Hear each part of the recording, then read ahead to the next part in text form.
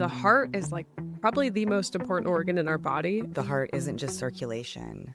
It's the central governor of your whole body's coherence and direction. You are just in trust and surrender walking mode. the path of your dharma. Your heart has a little brain. Heart conditions are serious. They're legitimate. They're not something to play around with or hobby treat yourself. But know that there are some herbs out there that can do some really awesome things for your heart.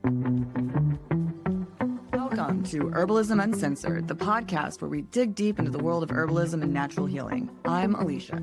And I'm Lila. We're two clinical herbalists who recognize the need for honest and authentic conversations about the state of natural healing today. As practitioners, we feel called to have uncensored discussions about why people aren't finding relief and what to do about it.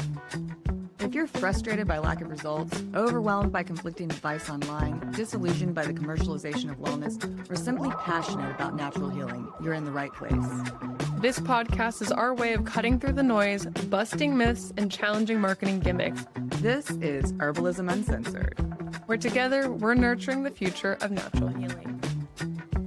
The contents of this podcast are for informational purposes only and are not intended to be a substitute in any way for professional medical advice, treatment, or diagnosis. It's important that you always seek the advice of your physician or other licensed healthcare provider with any questions or concerns you may have regarding a medical condition. Welcome to this episode of Herbalism Uncensored, guys. And today is... You're going to love this episode. Get it? 'Cause it's a heart episode. In honor of Valentine's Day, we are going to talk about the heart. But what's cool is we're going to talk about it, I think, in a new way, right? Like, we're not just going to talk about cholesterol and blood pressure, but we're going to talk about the heart from the Eastern perspective and all of the things it does that we don't always talk about or think about or maybe even know about. Like, the heart is so much more than a muscle that pumps a bunch of blood through our body. I mean, we're actually not going to talk a whole lot about high blood pressure and cholesterol, are we? Or who knows what we're going to talk about? No. Because just pray and open my mouth. So, yeah, I mean, the heart is, we're going to talk about the heart through the traditional Chinese and Ayurvedic perspective, which is very much, I think, has a lot of things that we today correlate with the mind. Because yes, the heart is so much more than just a pump. And we're going to bridge that into modern cardiology, and then we're going to talk about some herbs for the heart. And so it should be fun. Yeah. Well, let's jump in. Let's do it. Well, I mean, of course we have to mention heart disease. If I recall right, it's about over 30% of deaths are from heart, like direct heart complications and diseases, and there are other deaths that occur that are like comorbid to heart issues. Heart disease is the #1 cause of death in the U.S. We had 683,037 deaths from heart disease in the U.S. in 2024. I don't want to just tell people about a bunch of death. They gave me a bunch of death stats. What were you expecting? Like, feel good hearts? This is how many people loved this year? Disease stats. Well, I think it's just safe to say that heart disease is absolutely rampant and, unpopular opinion here, absolutely preventable, absolutely reversible. And I mean, how many case studies have we looked at that where somebody has heart disease and they're told they have a short period of time to live, and you can clean some things up, change some lifestyle behaviors, start taking the right herbs, and live for another 20 or 30 years. Maybe they still have heart disease, but they live a fulfilling and happy life. Oh, 100%. And I'll just add another note that people oftentimes try to control their heart disease with medications. Heart disease medications are brutal. They have brutal side effects. And that is, you might get some more years out of your life, but the quality is going to be greatly impacted, unfortunately. Like, the heart and heart issues are no joke, and they are going to impact your life pretty seriously if that's the route that you go down. I got some good stats. So check this out. 2017 to 2020, 48.6% of U.S. adults had some form of cardiovascular disease. And August 21 to August 23, 47.7. That's about half of US adults had hypertension. High cholesterol, about 11%. Yeah, nearly half live with some form of cardiovascular disease. Almost 1 in 2 adults has high blood pressure, and 4 in 10 have obesity. About 1 in 6 have diabetes, and 1 in 20 has coronary artery disease. Well, maybe the statins are working if only 11% of the Well, the population has high statins work. cholesterol. They'll bring the cholesterol down, but they also cause muscle cramps. But needless to say that, I mean, you can't live without your heart. And there's a lot of people that have heart problems. And we can talk about diet, we can talk about lifestyle, but I think really how we planned this episode, it comes down to, man, your heart is, everything is connected and everything affects everything. And there's just a lot going on in that heart organ. It's the last organ to give out, right? You can have problems in other organs. Your heart will be the last one to give out. Like, it will keep fighting for you. And there's so many that I want to think about the way that we look at the heart in the Western paradigm and in the modern paradigm, because there's something missing. I think we need to talk about the heart in kind of like this twofold way. But I want to note that the heart is like probably the most important organ in our body, and our body will divert resources from other places to keep that heart going.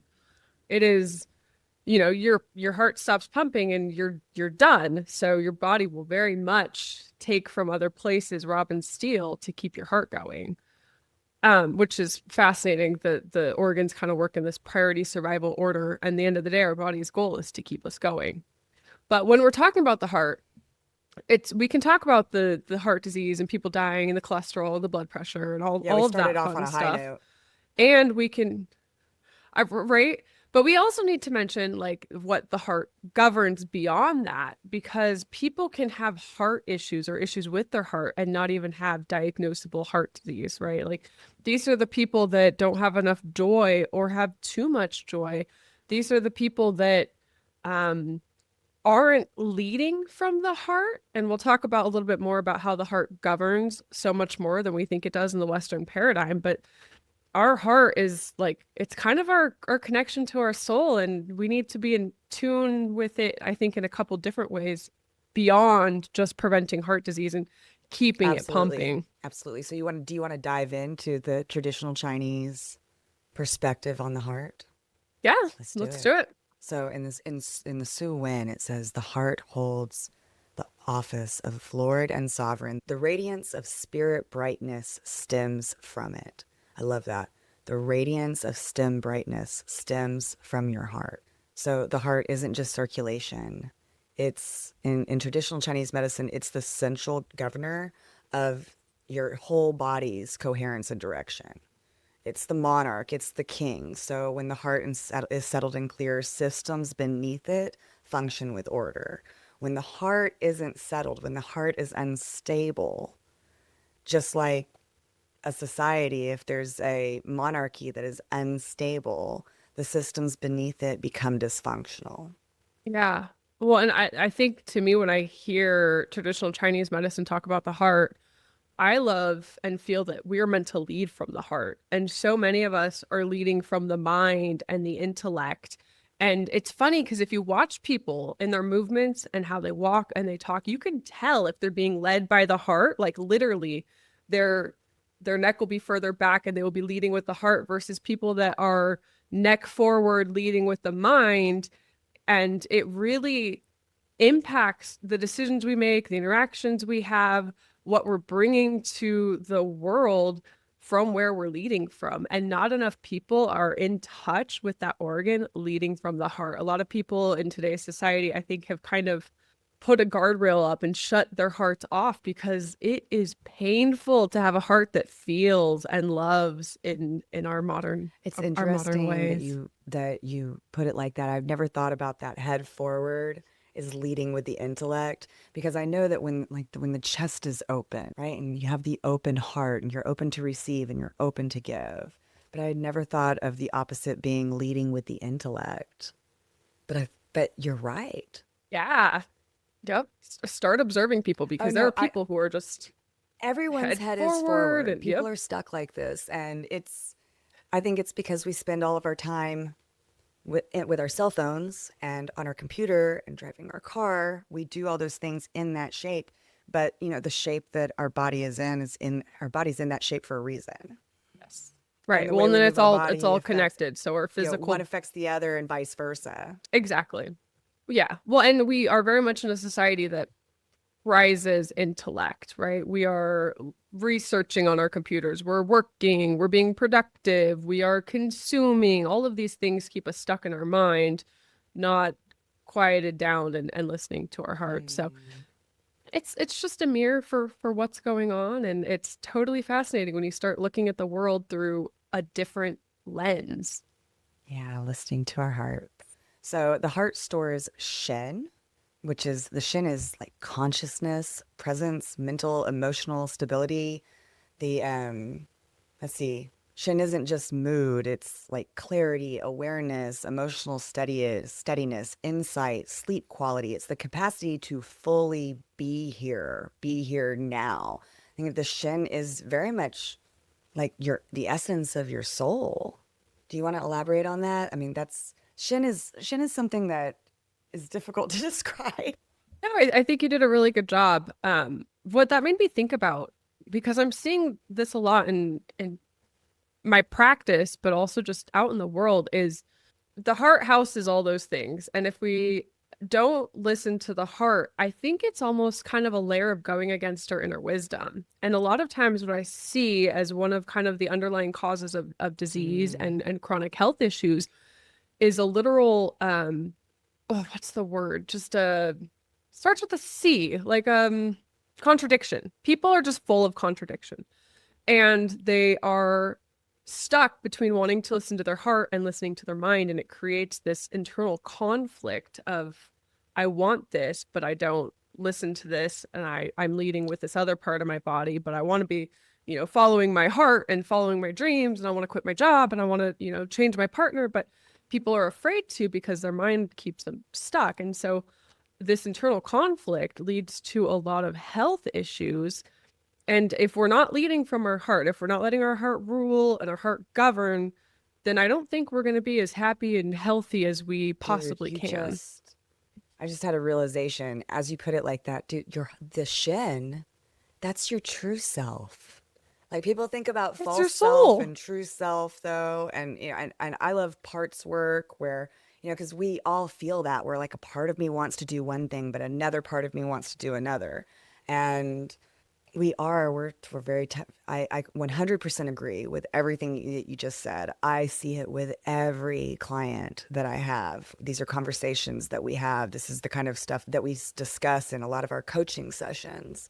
I've always had a difficult time explaining what Shin is because, I think everyone knows that in Chinese medicine, there's a thing called Qi. Well, there's Qi, Shen, and what's the other one? Starts with Jing. a J. Yeah, Shi, Shen, Jing. and Jing. These are these like subtle qualities that we have within us. And the Shen, that's the true self. Well, I'm like, let's compare and contrast this because when we talk about the heart from the Ayurvedic perspective, the heart is the seat of consciousness, and it's where we store our ojas, or our life force, our ooey gooey nectar of life. And I like how they're saying the same things, but it's a couple different ways of explaining it. So it's absolutely our seat of consciousness. It's our seat of true self. It's our soul. It's our atma. It's all of these Yeah. things. Ojas resides in the heart and reproductive tissues. It provides stability, endurance, immunity. It ensures emotional stability, patience, and contentment, supports memory and resilience to stress. When it's in a balanced state, we have calmness, emotional strength, and strong immunity.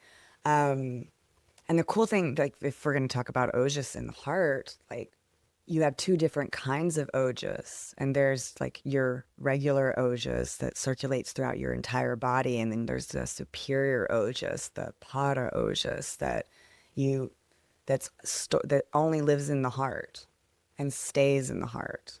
And you can't make more of the para-ojas, right? Like what we come into this No, yeah, world that with one is what doesn't we count. You have. don't make more with a hata rasa. You don't eat food that turns into lymph, that turns into blood, that eventually goes down the line and turns into more ojas. Like you have your para ojas, that's all of it. And when it's gone, that's when your heart stops beating.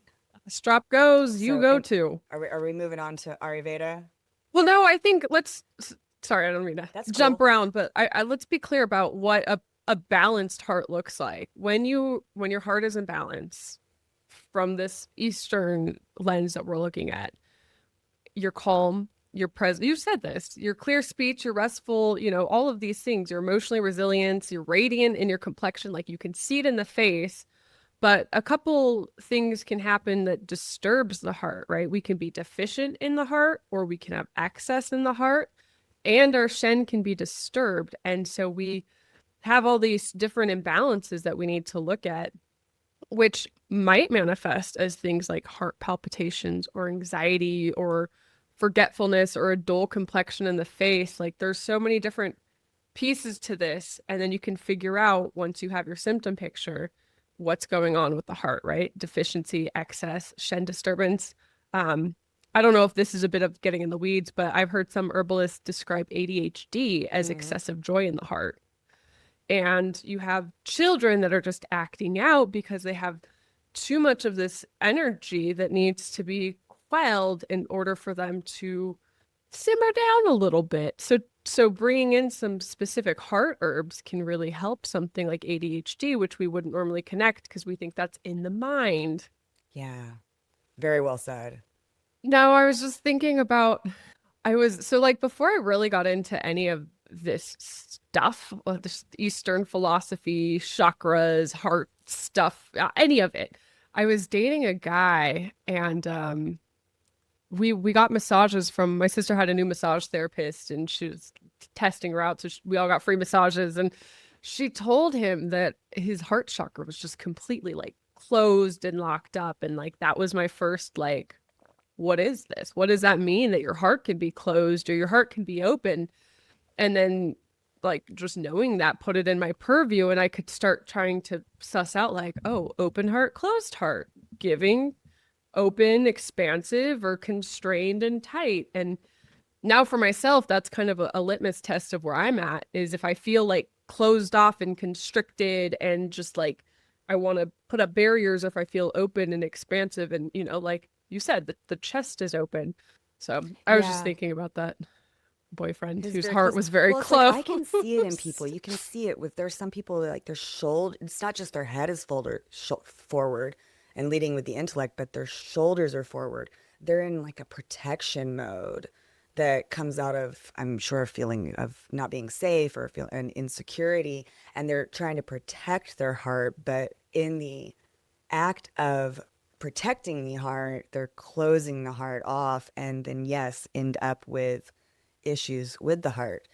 And it can present in so many ways. And one of the things, if we talk about the Ayurvedic perspective, in Ayurveda, there's not a whole lot of difference between, or well, there's difference between the pranavahashrotas and the cardiovascular system, like your respiratory system and your cardiovascular system, but they're so intimately connected. So that when we think of prana, we think of, or anybody thinks of prana, they think of inhaling, exhaling, they think of air, they think of the lungs. But actually, the heart is the governor of prana in Ayurveda. So if you have issues with prana, that's an issue with the heart. These things are connected. Every breath you take affects your heart.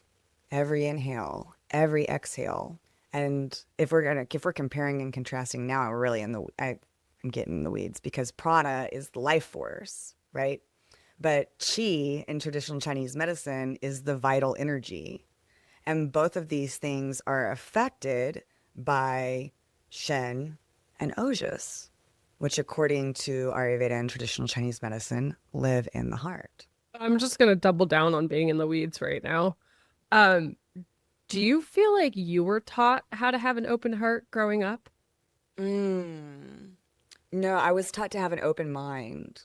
That was instilled in me, to keep an open mind, to to seek answers, to be open to learning new things, to ask questions. Like I've never been the person in a classroom who thinks I'm asking a dumb question. I was given utter permission to ask as many questions as I wanted. But an open heart, no.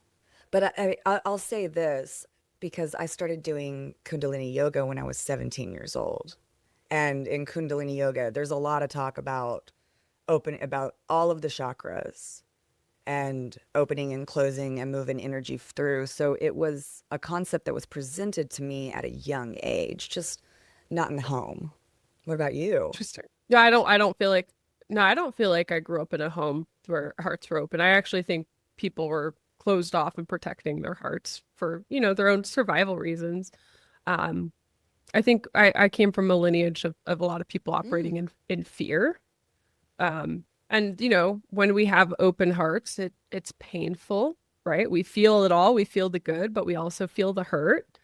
And since this is our love episode and we're on the topic of hearts, I don't think I felt love for the first time in my life till I was about my mid-20s. And my dog Dia came into my life. And that was the first time I think I felt my heart being open. And it's just so interesting because as I'm mulling this over of how we have open hearts or closed hearts and how we operate through the world. And I think a lot of people probably have the experiences that we've had and aren't taught to have open hearts, right? We're not always demonstrated just generosity and kindness and expansiveness and sitting in the seat of what's possible, not sitting in the seat of what's the worst outcome here. We're living in a lot of fear. I think most of us are living in a lot of fear. I agree and relate. I mean, I also came from a lineage of people who are driven by fear.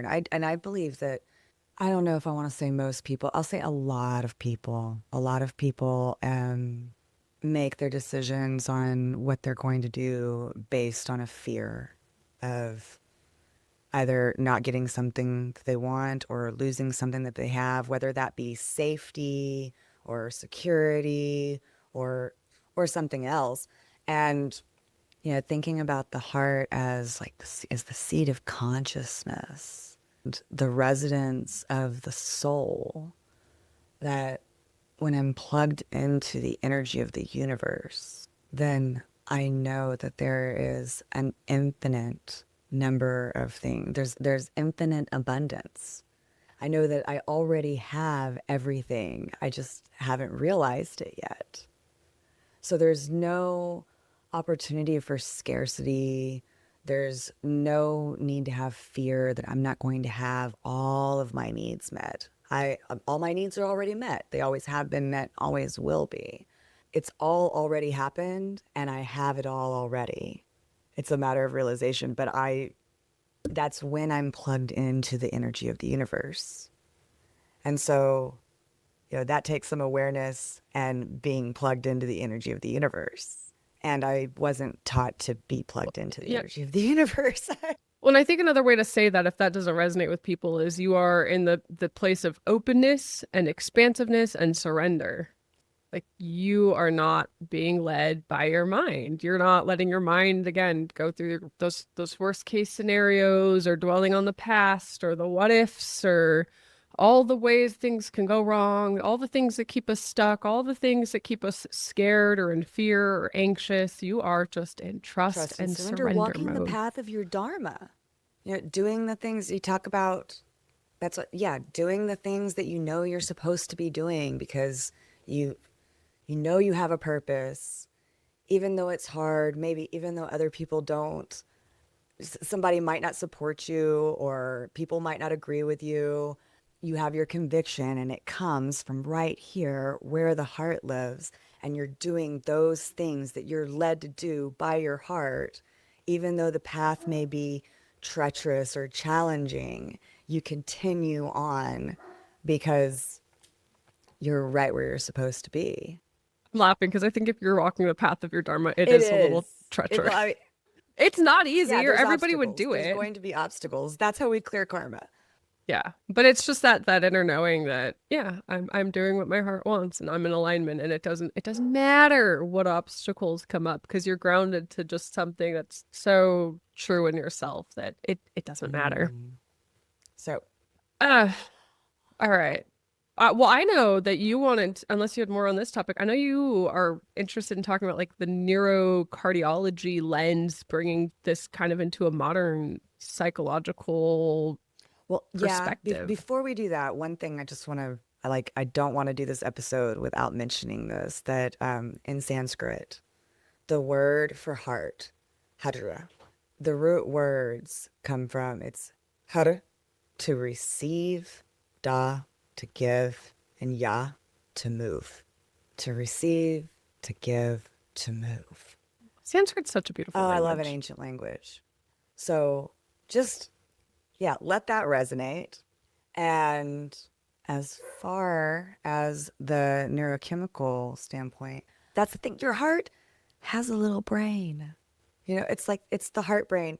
It doesn't necessarily think the way the brain thinks. It doesn't control other organs the way the brain controls other organs, but it helps to regulate the rhythm and the cardiac function, and it's a local control system.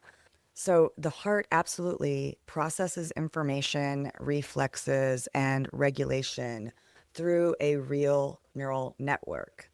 Okay, so we've been walking around thinking that everything's happening in our heads, and actually the same processes that are happening in our heads are also happening in our hearts. So they were onto something 5,000 years ago when they said your mind resides in your heart. And there are neurochemicals that we only think of as being active in the brain that are in the heart. So I got a little science snack. Acetylcholine supports parasympathetic tone. It slows the rate of the heart and stabilizes electrical activity. That's in the heart. Norepinephrine, which is a sympathetic neurotransmitter and releases rate and contractility, also in the heart. It's a cardiac receptor activity, and dopamine is in the heart. Oxytocin is produced in the heart. That's what they call it's the love hormone, right? Um, this is oxytocin is what is responsible for maternal bonding with infants. It has to do with physical touch. This is what comes up when we decide who we want to let close to us. This is the oxytocin. So I just think that it's really interesting that this is kind of like new information to us. Like the oxytocin in the heart is fairly new information. 5,000 years ago and 3,000 years ago, it was common knowledge among people who were in healthcare, and probably all people, that all those things that we are thinking up here today, that they were really happening in here. And I'm like, oh, to people listening, I'm pointing to my head. They were really happening in here, and I'm pointing to my heart. So to bring that into like a practical application, I think this is interesting. I have a client post heart attack, a couple heart ablations, and it's so cute. She's like, she says, if I would have died from the heart attack, I would have died of a broken heart because I am just carrying so much grief. And it was just such a clear picture of there's so much more than just the physiology of the body is responding to these emotions and these feelings and these relationships and challenges going on in this person's life. It's not just a hiccup or a glitch in the system. It is absolutely influenced by these external factors. And it's so fascinating to me how, again, just to beat a dead horse. I don't like that expression, to beat a dead horse. Just reiterate, like the connections are real, and that's why if you're looking for health, if you're trying to find happiness, like having an interconnected, holistic view is crucial, because when you go to a cardiologist, they're looking at this organ in your body in a vacuum. They're not looking at your relationships. They're not looking at your diet. They're not looking at the sleep. They're not looking at this whole entire picture that influences things like your heart. And so for someone who's in that space, it's not just take a medication, it's how do we heal? How do we process emotions? How do we move past grief? How do we fix this? I don't want to even say Move fix, but how past. do we move past? Yeah, how do we integrate? How do we do all these things? Because if we keep holding things, if we hold things in the heart that aren't meant to be held in the heart, we will have heart palpitations.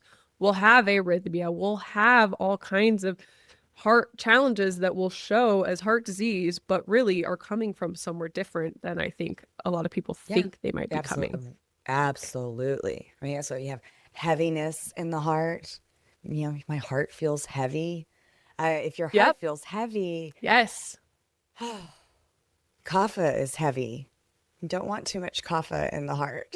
And all of these things, everything affects everything. I can't say it enough, but that's what 100%. And what I see with people with there's heart conditions, um, the three big things when there are heart issues, there's fear, there's insecurity, and or grief. You know, like these are the three things that I see. What's the word? Like they show up simultaneously. It's like, and here is the heart issue. And You said heavy heart, and then I thought about what's the other saying about the, I'm oh, sorry, I sorry. just thought about when I was with my grandmother after she had heart surgery. And you know, she had a blocked artery. And I think she had two blocked arteries, and she had she had one valve that was leaking. And they went in, they repaired the leaky valve, and they cleared the blockages. And post heart surgery, she had this outpouring of emotions. There was just this outpouring of, and it was honestly, it was a lot of regret, so much regret. And because I did 5 nights overnight in the ICU with her, and yeah, and she didn't sleep at all. Little Vata lady up at the Vata Times having arrhythmias and just talking and talking and talking and letting it all out. And she would lay there and she would talk and talk and you know and go through her life and the regrets, and she would cry, the sadness, and then she would laugh about things like what you said, excess joy. There were these extreme up and down emotions. And then she would say, I don't know what's wrong with me. I just feel like all of this is coming up and it's just pouring out of me. They had just literally cleared a physical blockage from her heart. And I remember thinking at the time that that was just like watching her, and I felt like I was seeing the traditional Chinese paradigm in action, real life in a human being physiologically. I remember when your grandma was going through all that, and I correct me if I'm wrong, but didn't she have a procedure where they take the heart out of Yeah. the body? That like absolutely blew my mind. And I'm like, I wonder, like, just from a more energetic sense of like what it's like to integrate that, like that's just such an interesting thing to think about. Yeah. Oh, it gives me Well, I mean, any chills. kind of surgery is so traumatic. Every and you're asleep and you don't remember, but your cells are there and your cells remember. And so the heart being taken out of its home, put in an alien environment, and then coming back. And Yeah, I know that's so got to people be who have something to open heart integrate. surgery, there's major rehabilitation that has to be done afterwards. And I don't know if you've seen people who have done the rehabilitation and haven't done the rehabilitation, but it's very obvious. There's a lot of work that has to be done after the surgery, and people who do the work can integrate, but people who the rehab is difficult, and people who do not Hmm. finish the rehabilitation or don't complete it, or whether they don't advocate and find the right rehabilitation, they are never the same afterwards. They never have the spiritual brilliance that they had before. I believe that It's 100%. I might cry. It's because we're recording Oh, on Valentine's Day, and Valentine's Day is actually my paternal grandmother's birthday. and she passed away in 2023. I've been missing her a lot. I always think about her this time of year, and she had a triple bypass and did not complete the rehabilitation. And before she had the triple bypass, she went to water aerobics twice a week. She was 60 years old. She played basketball 3 days a week at the YMCA. Very active, very up on her feet. And she had that heart surgery and never felt good afterwards ever again. It was like she lost her spiritual brilliance. There was, She was probably a different person after that. she could, she could no longer do a lot of the things that really brought her a lot of joy. So yeah, it is something that's really difficult to integrate. Yes.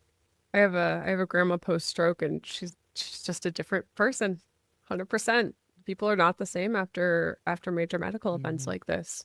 Well, I hate Are we to gonna talk shift about some gears, herbs? but I think we have to talk about some herbs if we want to keep our podcast name. They might make us change if we don't. Before we jump into talking about herbs, I do just want to caveat heart conditions are serious. They're legitimate. They're not something to play around with or hobby treat yourself. Like, I think these are the times to work with practitioners and be really mindful, especially when heart medication and other interventions are involved. Herbal medicine can absolutely be right there alongside it, but it needs to be done Yeah, 100%. conscientiously. I think that's just a really important point to bring home. I don't get to work with a lot of people who have cardiovascular concerns or major cardiovascular concerns. I want to more. But the thing is that there is a lot of risk when there's heart risk. Any heart condition can completely be supported with natural therapies, but it does require an individualized approach. It requires some conscientiousness, and it's different for every person. So, please, if you have something real going on, work with a practitioner, but know that there are some herbs out there that can do some really awesome things for your heart. It just never ceases to amaze me still, the amazing things that plants can do in our bodies. 100%. So today we picked herbs that are more maintenance, preventative. They can be used in other situations, but these are a little bit more on the tonics. safer side. And tonics, yeah. We didn't even get into all of the great things available for even the stuff we talked about at the beginning, the cholesterol, the high blood pressure, arterial plaque, all of the varicose veins, all of the cardiovascular. Do you think people even think of varicose veins as a cardiovascular issue? Maybe not. They probably don't actually. They probably just think of them as a cosmetic issue because we are taught that they're only cosmetic, which is interesting to me. Like something's to amiss. dissolve them is cosmetic, but the fact that they are there, the presentation of them is indicative of some cardiovascular things. Yeah. Herbs. Okay. Arjuna Herbs. bark. Arjuna. So this is we gotta say that one of the coolest uses of Arjuna is it untwists your heart. If you have a twisted heart, it gets things untwisted. Just What? the way he said it. But I mean, no, Arjuna is such a cool plant, and it's a bark of a tree. The tree is related to the trees that make the fruit that makes triphala. It's a terminalia. It's Terminalia arjuna. And usually what you end up if you get some arjuna is going to be some like chalky red powder because it's a red tree and it's this red bark and we get it powdered up. You can make tea out of it. It's an acquired taste. But it's a fantastic heart tonic. This is something that really, like, once you turn 50, if you don't have any heart problems at all, you should just start taking a gram of arjuna a day. It's good for all things cardiovascular. It helps with rhythm and it helps with cholesterol. It helps with high blood pressure. It's just like there's nothing at all that's going on with your heart or your cardiovascular system that can't be benefited by some arjuna.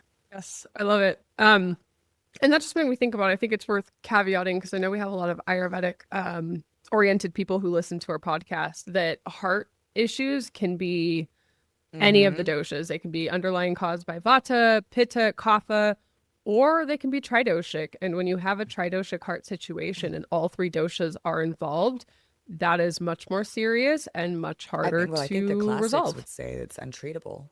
They say it's but like you mentioned earlier, like you still might be living 20 to 30 years. You might just never be back into that perfect balance, which I think is what they call untreatable, is you're never coming back Yeah. to perfection. Yeah. But it doesn't mean don't try. Yeah. I mean, well, yes. There's hope for you. absolutely No, hope. but it's There's yeah, absolutely hope. it's I mean, yeah, serious. there's if you have rhythm issues, we've got vata. If you've got inflammation, like high blood pressure, that's gonna be pitta. And then things that are clogged and blocked, and what does he call it? Arterial plaque. That's gonna be kapha. But then those, yeah, they can come together because if you have arterial plaque, do you have sticky arterial plaque? Because that's kapha. Do you have hard arterial plaque? That's kapha vata, Yep, that's vata and exactly. ama. And I'll just Harder yeah, to I'm treat. most of the Sorry. time I think when we both use arjuna in practice, it's either tea or powder. But I'll just note, when we don't have time to get into it, but there's a lot of really cool arjuna-based preparations in Ayurveda, arjuna ghee, arjuna herbal infused wines, all kinds of interesting things that are used in Ayurveda. So just put that on the radar because it's pretty interesting. You want me to introduce the next one too? Yeah, I almost feel like this is kind of like the Western counterpart Yeah, to it is. to Arjuna. Hawthorn. Hawthorn berries. And Berries, which is interesting because I think different parts of the plants are being used, but yeah, I you stick with can the use the berries. berries or you can use the leaf. And I forget, and I could have done some research beforehand, but I'm sure we'll talk about hawthorn again. Um, the uses are slightly different from the leaves and the berries, and the energetics are slightly different. But the berries have more polyphenols in them, and we know that polyphenols are good for the heart. And basically everything that Arjuna can do, hawthorn can do. And so again, the cool thing about hawthorn is that it tastes really good. Like, you can make a really strong hawthorn tea and it tastes yummy. And so I don't have heart issues, but I drink hawthorn tea on a regular basis because why not? Thorn's very, very food-like, and the berries are would have been mainly used, or historically. I think the leaves and flowers being used is a bit of a newer thing that we just don't have as much knowledge on. But the berries, like you said, they have flavonoids. They have all kinds of really just great things for the heart that make them so good in any heart Yeah, related anything if you want to condition. strengthen the heart or make anything in the heart better, throw some hawthorn in there. I believe hawthorn grows as a It's a shrub. like a garden plant. It's a shrub, but not all hawthorn's medicinal. So if you are using hawthorn, make sure you're getting it from a reliable source because a lot of it's been hybridized and isn't necessarily medicinal at this point if you are like into the foraging or looking at the hawthorn plant in your backyard. Good disclaimer. Okay. I think it's important. Yeah, It's important. I think you're right. Well, I mean, and on that note, we could say that you can get Chinese hawthorn because in traditional Chinese medicine they use hawthorn and they use it for digestive issues. And it's a different species. It can still benefit the heart, but for the heart, what you want is the European style hawthorn. But I think they're both contagious. Agreed. But for the heart, you want the European style hawthorn, the or the European species. That's what I meant to say. The European species. I'm really excited about the next one. Okay, I love me All some right, go tenchi. for it. Tenchi or sanqui. I've been calling it tenchi for so long. The Latin name is Panax noto ginseng. So this is a ginseng plant. It is the greatest blood mover in the world. It's super low dose. You can get it's great results with just of 1 to 2 grams a day. It both increases circulation and helps blood to flow where you want it to flow and stops blood from flowing where you don't want it to flow. So if you have a cut, for example, or a nosebleed, it will help you stop bleeding. I take tenchi before I get a tattoo. My tattoo artist was always amazed. She's like, you barely bleed. This is this is insane. There's like no blood. How are you not bleeding? And I'm like, I took some herbs. But also if you have blood that's stuck somewhere that's not flowing, the tenchi will help it to flow. So yeah, tenchi, man, just like so amazing for circulation. Yeah, tenchi's a super cool herb, and I love looking at it because it looks just like it It has looks ancient wisdom to me. It is just like the coolest looking. It just it looks looks like like a I wise don't old know. man. It Like looks it like a looks wise old man. otherworldly. Like from something, it looks like Yeah, something from Lord of the Rings, like a wise old man from Lord of the Rings. it's just a cool looking. It's a cool looking plant, and I always think about it. I mean, I know it's a blood mover. I always kind of think of it like a like it almost has this Absolutely. adaptogenic quality of, if you're too much bleeding, if you're not enough bleeding, like it Mm-hmm. normalizes, it regulates. It doesn't just, you know, make things move. It's so fascinating how intelligent plants are and how they can, whatever your body needs, it'll, stop bleeding or create bleed or move blood, and Yeah, it just yeah, blows no, my I mean mind. it's like a magical herb. It's a magical plant. Yeah. I remember my first experience with it. We used a holistic vet with one of my dogs who was just sneezing blood, and we couldn't figure out what was wrong. We got so many tests done, and he would just sneeze blood, and the living room would just look like a murder scene. And we put him on Bio, Union Bio. I hope I'm saying Bow. that right. And the main ingredient, it's bao. It's a famous Chinese formula, and the main ingredient is tenchi, and it stopped the bleeding. And if we kept him on that, no more No, yeah, doggy blood him had sneezes everywhere. nosebleeds. Oh, so sad. Rest in peace, Oh, Bruce. we're He's a feeling our good one. grief today. We're all I we're we're, know. we're It's in that our day. It's hearts. that day. Oh, the Holy Trinity. Just eat lots of onions and garlic and ginger because it's great for the cardiovascular and circulatory systems. I, And I got to delicious. talk about. I've got to ask you. What was it? Is it Thompsonian herbalism that's big on the Mm-hmm. cayenne? Right? Like that's what this guy. Mm-hmm. He just gave everyone cayenne and lobelia.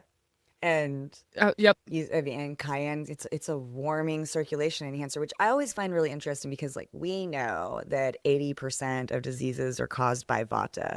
And we see it in practice, right? That like most people who come to see me or I most of the people who come to see me, even if they have a pitta constitution, the first thing that we need to start with is working on the vata and its coldness and dryness. And the cayenne is very warm and it heats things up and it gets things moving. And cayenne's just a come just it's a good mover. And ginger and garlic, I these are things I put in my body every day. Dude, taking cayenne, it's like, that's good. You Like you feel it. I feel so good on cayenne.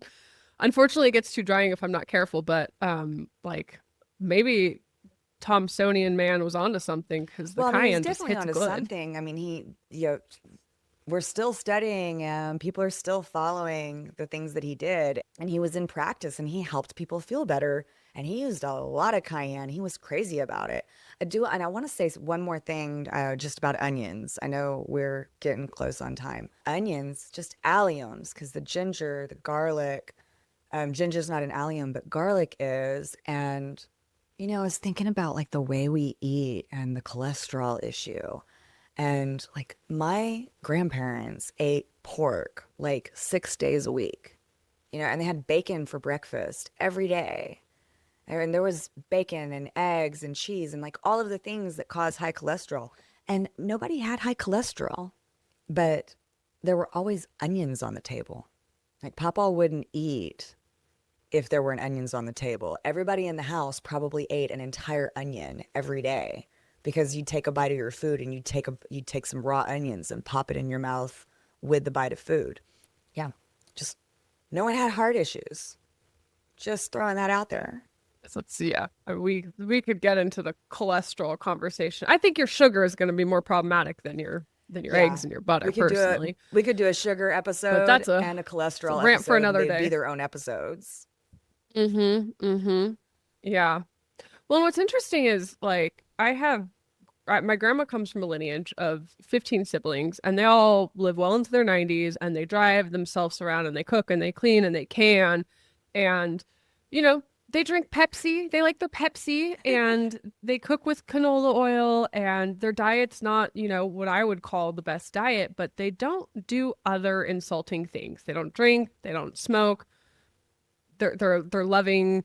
Don't watch a lot of people, reality television. They go to bed. And yeah. Exactly. Like it's like their bucket might not be perfect in this area, but they do so well in these other areas. And they probably have some good genes that, they do well. So it's interesting to explore how, like, I think everybody has a different matrix of what they can get away with and hit that healthy longevity button.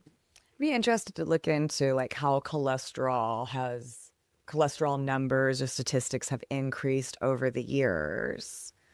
Because I don't know, I don't remember it being the issue that it is today, but I think that, like you said, the insulting things, these crimes against wisdom, maybe how many hours are we spending staring at a screen every day?